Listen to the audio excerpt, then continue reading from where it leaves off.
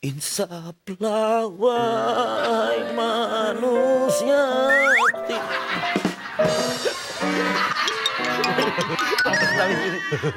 Dalam Al-Quran Allah jelaskan, ya ayyuhalladzina amanu tuba ilallahi taubatan nasuha. Wahai orang-orang yang beriman, bertobatlah kalian dengan taubat nasuha.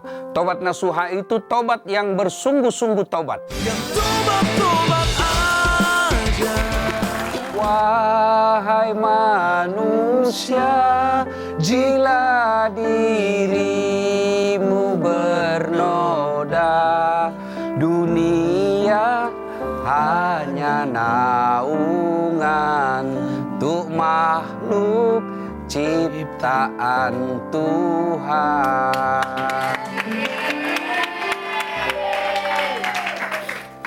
Saya mau permisi dulu Pak Ustadz. Saya pengen. Ini air mata taubat atau air mata buaya? Ini air mata komodo. Air mata komodo namanya. Saya serius Pak Ustadz. Gak pernah lu serius. Saya pengen beritikaf pulang dulu ke rumah. Saya pengen menyadarkan diri saya tidak mau berbuat kasar lagi. Beromongan kasar lagi. Terutama jangan main game dari subuh sampai maghrib. Saya tidak akan lagi Pak Ustadz. Apalagi disertai dengan taruhan. Tidak akan lagi Pak Ustadz. Kalau begitu saya mau permisi dulu. Siap, aku juga ikut. Ngapain? Di situ aja. Di sini aja. Oh boleh. Permisi Pak Ustadz ya. Permisi Pak Ustadz. Insaflah wahai manusia.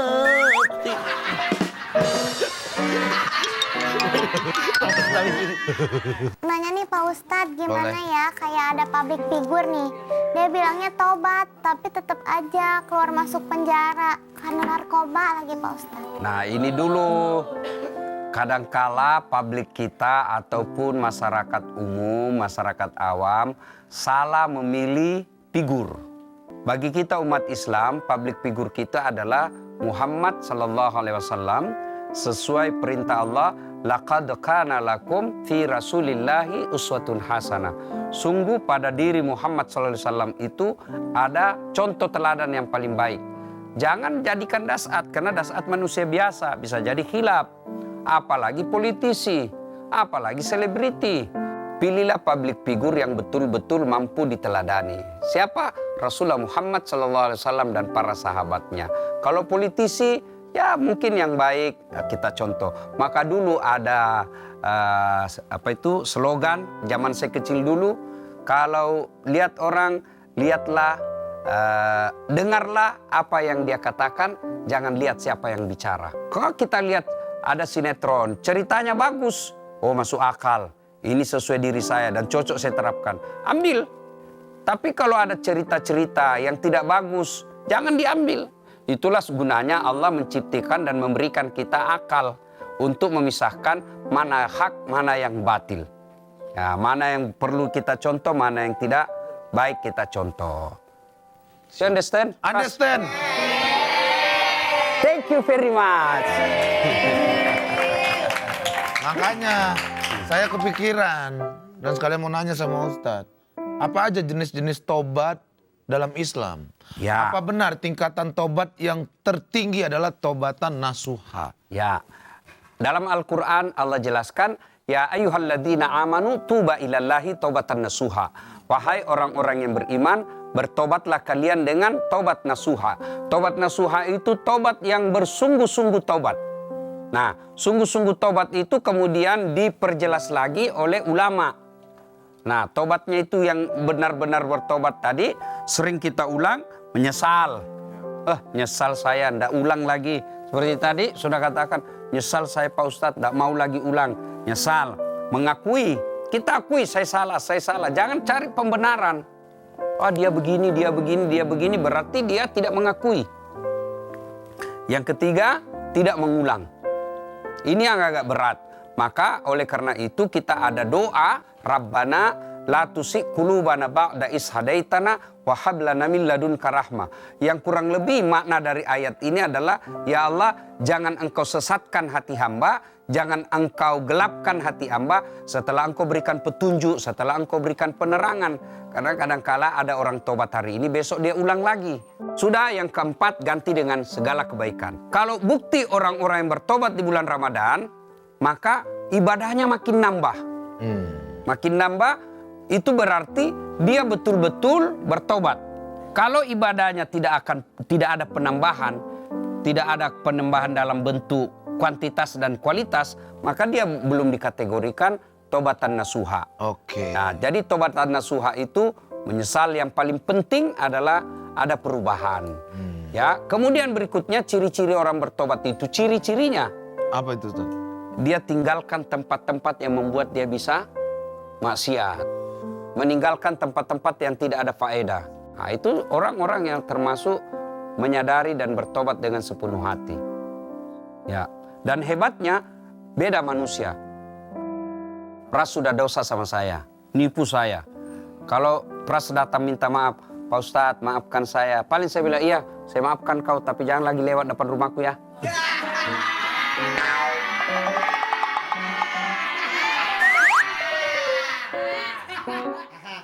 Masih ada syaratnya. Saya maafkan kau, tapi saya tidak suka lihat mukamu. Nah, itu kan.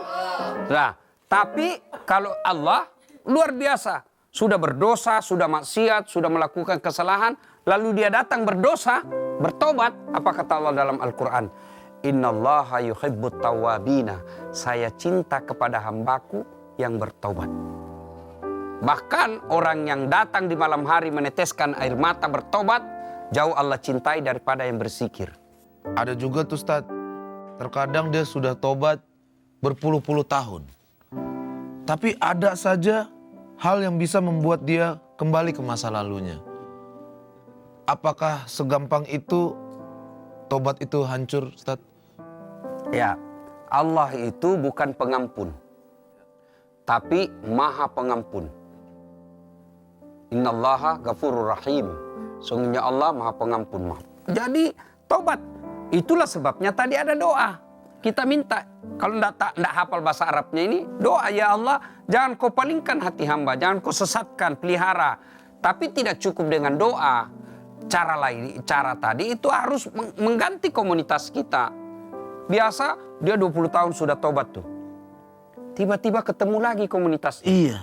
Nah, kembali lagi. Maka syaratnya tinggalkan komunitas yang membuat kita dosa. Kalaupun itu terulang, tobat lagi. Kalau Bang Pras bertobat 50-50. 50 harapan, 50 tidak. Tapi kalau tidak bertobat sudah pasti tidak diampuni. Oke.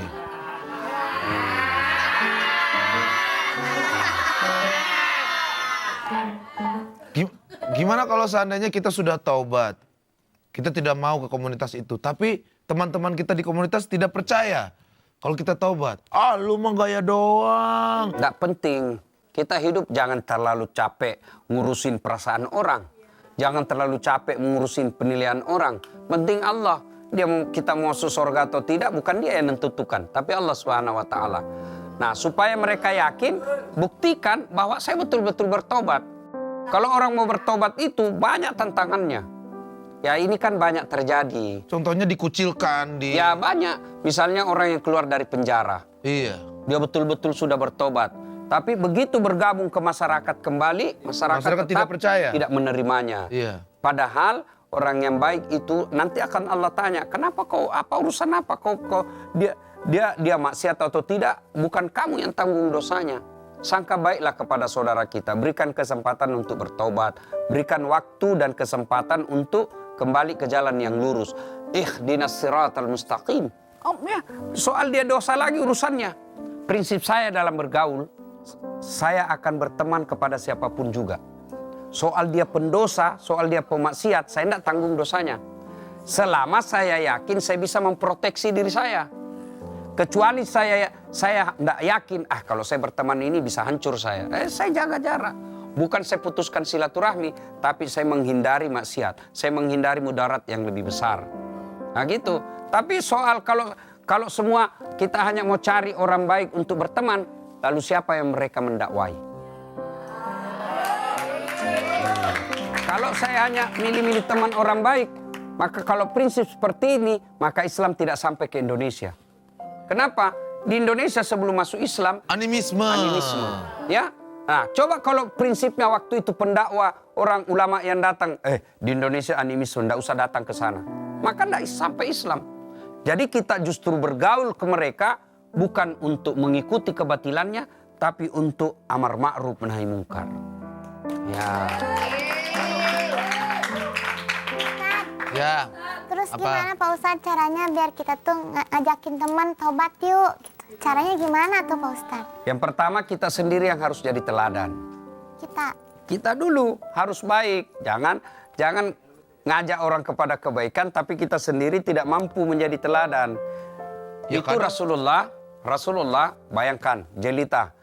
Itu sebelum ada Rasulullah diutus jadi nabi, masyarakat Mekah itu namanya masyarakat jahiliyah. Jahiliyah, iya. Begitu jeleknya itu jahiliyah sampai sekarang tidak ada orang mau disebut jahiliyah. Jahiliyah betul, marah pasti kita. Begitu jeleknya zaman jahiliyah. Nabi mampu. Dulu sebelum turun Nabi, orang di Mekah 4 Tuhannya. Latta, Manat, Susa, dan Hubal. Tiba-tiba datang Nabi mengatakan, Kul huwallahu ahad. Katakan Tuhan satu dan tidak nampak. Orang Arab waktu itu katakan, gila kau Muhammad. 4 aja Tuhan kita masih susah. Apalagi satu tidak nampak lagi. Itu bayangkan.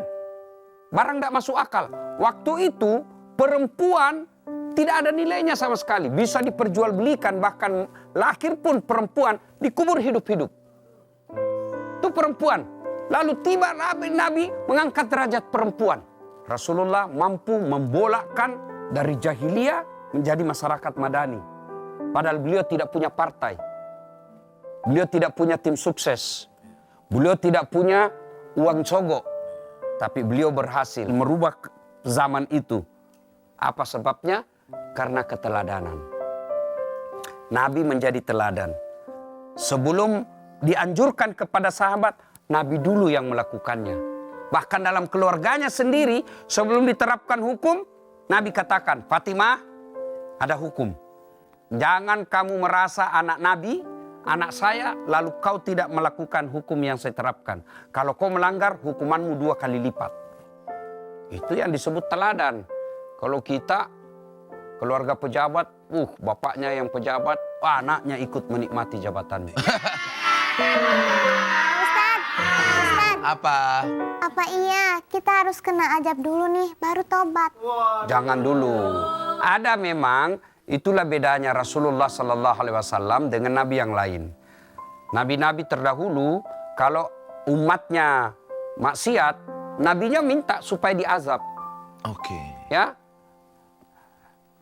maksiat umatnya, Nabi pada sebelum Rasulullah, dia minta hancurkan mereka.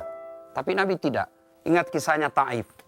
Ketika Rasulullah dilempari di Taif, datangkan pasukan itu dalam Jibril. Muhammad, saya diperintah Allah, kau berdoa saja. Kau berdoa saja. Allah perintahkan, kau berdoa, saya hancurkan satu kampung ini.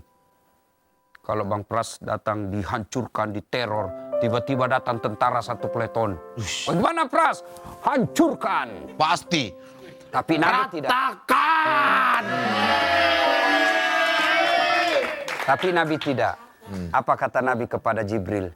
Ya Jibril, kalau Allah ingin mendengar doaku, saya hanya ingin berdoa, ya Allah berikan hidayah mereka. Jangan kau hancurkan mereka. Mereka begitu perlakukan saya karena dia tidak tahu apa yang saya bawa untuk mereka. Ya Allah berikan mereka hidayah. Doa Rasulullah itu terbukti. Taif sekarang tidak satupun manusia yang tidak beriman kepada Allah dan Rasulullah Muhammad SAW. Jadi jangan minta diazab dulu. Tapi kita yang harus pandai mengambil pelajaran. Oh, ini ada teguran dari Allah. Maka kita langsung bertobat, ya. Oke. I understand. Bang Pras, Apa? ayo. Apa? Kalau gitu mah ayo. Ya ayo kemana? Ayo, kita tobat bareng.